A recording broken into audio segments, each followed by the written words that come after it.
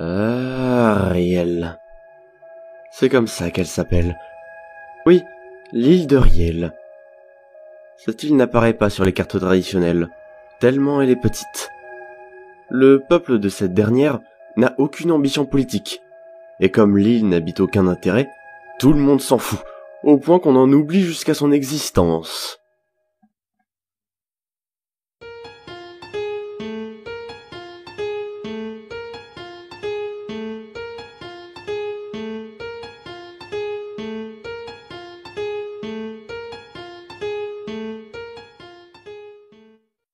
Je lève ma tête du sable froid.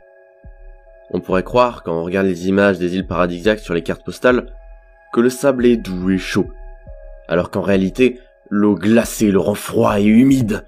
Il se colle à la peau et entre dans tous les interstices pour vous gêner et vous gratter la nuit. J'ai horreur du sable. Quand je suis arrivé sur cette île, ou plutôt quand mon bateau a coulé et que le cadeau de sauvetage m'a amené ici, j'évitais le plus possible le sable. Cette île me paraissait bien trop petite pour accueillir la vie. Je suis donc resté 2 jours près des côtes, après avoir tracé un message sur le sable. Mais voyant que personne ne viendrait me chercher, j'ai fini par partir explorer l'île. Sur le chemin, j'ai essayé de me remémorer les documentaires de survie que j'avais pu voir. Je n'avais aucune idée de quoi faire ici. Étrangement, ce n'était que maintenant que je me pose la question. 2 jours que je suis sur cette île. Mais je n'ai jamais ressenti ce sentiment d'abandon et de solitude. Je suis resté statique quelques secondes. Il me semble avoir entendu quelque chose. Un grand et profond silence se fit entendre. Ce silence me permit de vraiment réfléchir depuis que je suis là. Et de ce silence, je reconnus un bruit familier. Je courus en direction de la source de ce son. Et j'y suis arrivé. Une chute d'eau. Je mis la main dans l'eau, et cette dernière était chaude. Je bus sans hésiter cette eau pour me réchauffer avant de décider d'enlever mes vêtements pour décrasser mon corps. Mais, avant que je ne puisse faire quoi que ce soit, mes yeux s'écarquillèrent. Sur un rocher, au bord de l'eau, il y avait des habits. Je restais statique à cette vision, comme si le temps s'était arrêté. Au même moment, quelques pas se furent entendre derrière moi. Quelqu'un avançait à pas de loup dans mon dos. J'ai mis la main dans l'eau pour calmement ramasser une pierre, suffisamment grosse, et je me retournis d'un coup. J'étais maintenant face à un enfant.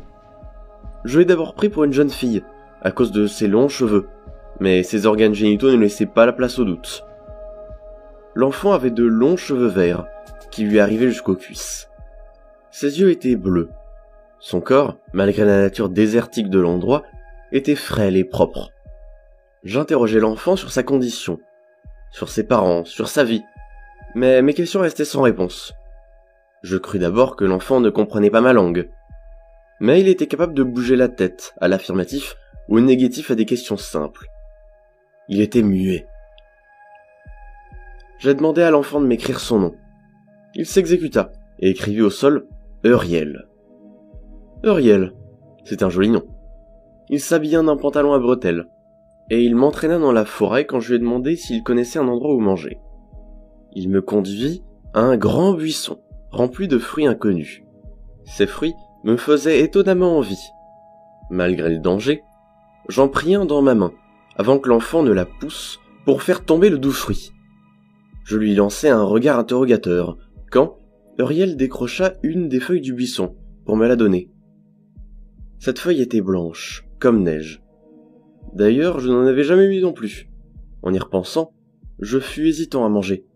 Mais Euriel en prit lui-même, et en mangea aussi pour me mettre en confiance. Alors je l'imitai. Ces buissons blanchâtres se multipliaient plus nous nous approchîmes du centre de l'île. Euriel me tenait maintenant par la main, m'emmenant quelque part, je ne sais où. Nous arrivîmes finalement là où le garçon habitait. C'était donc là où il me traînait. Un village rempli de maisons, de bois faites sur pilotis. Tout était beau. Le soleil traversait le village pour l'illuminer de 1000 feux.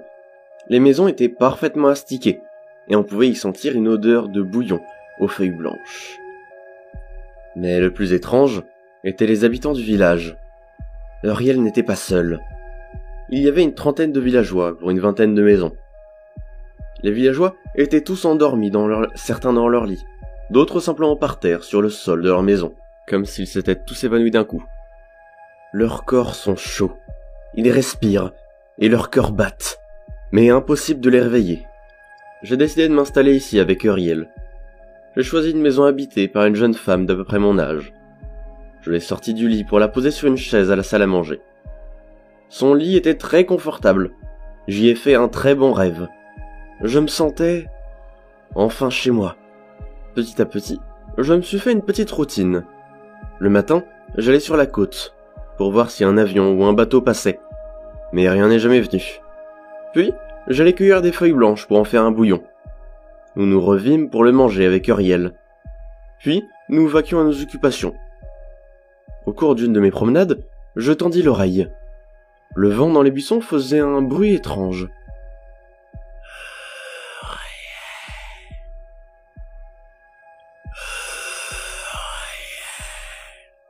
Sur le coup, je n'ai pas vraiment réfléchi, et je me suis dit que c'était l'origine du nom d'Uriel, sans plus y réfléchir.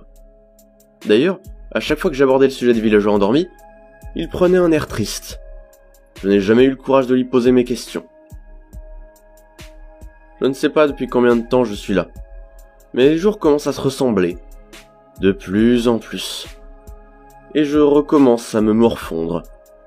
Tous les matins et tous les soirs, je passe devant Camille. C'est comme ça que j'ai appelé la femme qui habite dans cette maison.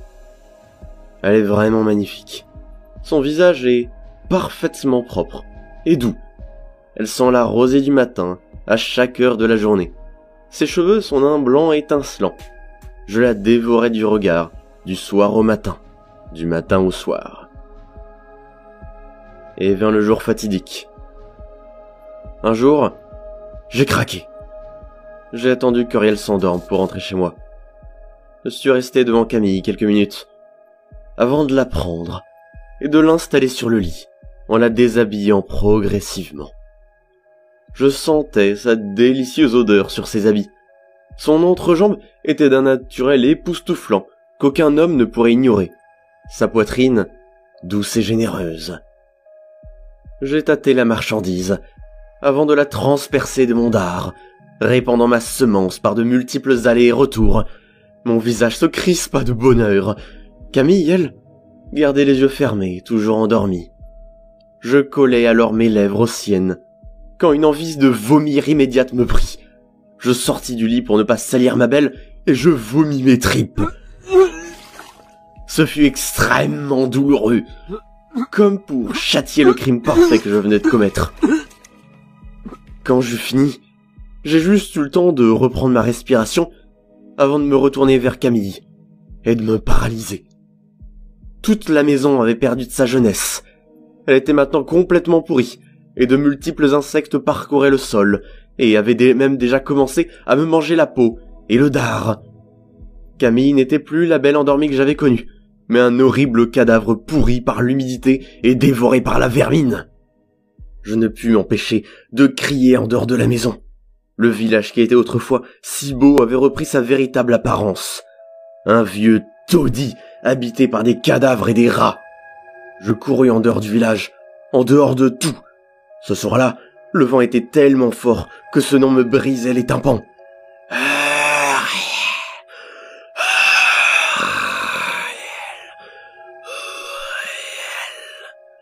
Quand soudain, devant moi, Uriel apparut, comme au premier jour, un grand sourire aux lèvres, sans aucun mot. Il me tendit une feuille blanche, la même que celle sur les buissons qu'on avait mangée pendant tout notre séjour. Je reculai d'un pas. Me voyant refuser son offre, il fronça les sourcils. Ses yeux devinrent blancs, et il me cria quelque chose d'incompréhensible, comme le cri d'un animal. Je courus à ma gauche pour le fuir. Je pouvais entendre Uriel me poursuivre derrière moi, pas comme un humain, mais comme un animal qui poursuit sa proie, à quatre pattes, continuant de crier, de beugler, des choses incompréhensibles. Je m'arrêtai soudainement. Uriel était devant moi. Non, c'est impossible. Je me retournai pour voir qu'Uriel me poursuivait toujours. Ils sont deux. Ai-je eu le temps de bafouiller, avant qu'un autre sortît de terre, suivi d'un descendant du palmier. 3 autres sortirent d'un buisson blanc.